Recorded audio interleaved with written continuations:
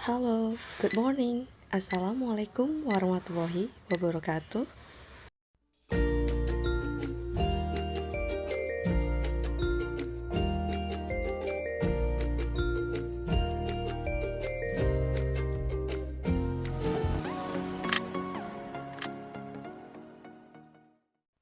Selamat belajar kembali, Taruna-Taruni SMA Plus Sedayu Nusantara. Apa kabarnya?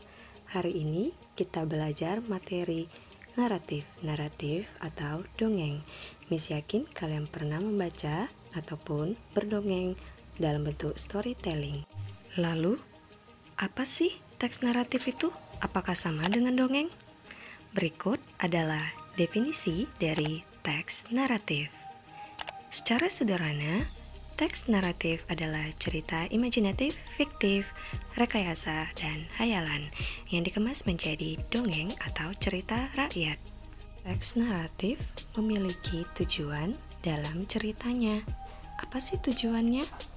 Tujuan dari teks naratif adalah untuk menceritakan sebuah cerita dan menghibur pembaca serta pendengar setianya.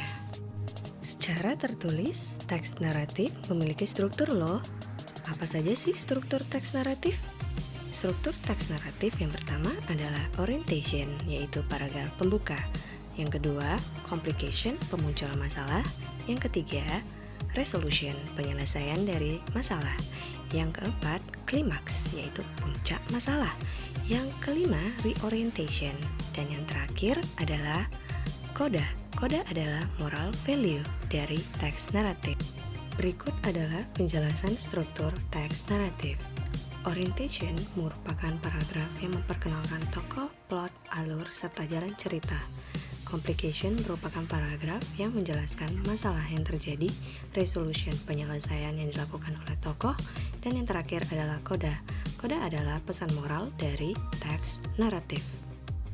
Setiap teks memiliki ciri kebahasaannya masing-masing loh. Apa sih ciri kebahasaan dari teks naratif? Teks naratif memiliki ciri kebahasaan antara lain ada noun phrase, karakter, above of place, past tense, temporal sequence. Next, teks naratif juga memiliki jenisnya masing-masing loh. Apa saja sih jenis-jenisnya? Yang pertama, ada fable, di mana binatang sebagai tokoh utamanya. Yang kedua, fairy tale, cerita tentang peri-peri. Yang ketiga, legend, legenda. Yang terakhir adalah mitos. Jenis-jenis ini termasuk folktale, yaitu cerita rakyat. Let's discuss them. Yang pertama yang akan kita bahas adalah fairy tale. Fairy tale adalah cerita tentang peri-peri atau hal yang berbau magic. Contohnya, Snow White atau Putri Salju. Next, the second is myth atau mitos. Mitos adalah cerita tentang penafsiran yang dimiliki oleh masyarakat kuno. Contohnya adalah The Story of Medusa. Cerita ini sangat khas di negara Yunani yang hingga saat ini masih sangat diyakini oleh masyarakatnya. Yang ketiga adalah fable. Fable adalah cerita tentang binatang menjadi tokoh utama dari cerita tersebut.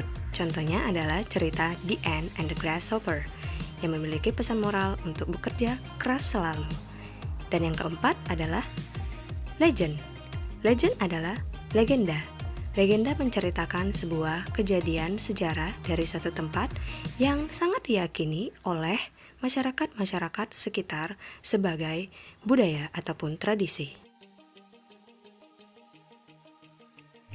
Berikut adalah contoh dari teks naratif beserta struktur dan language features-nya yang berjudul Snow White.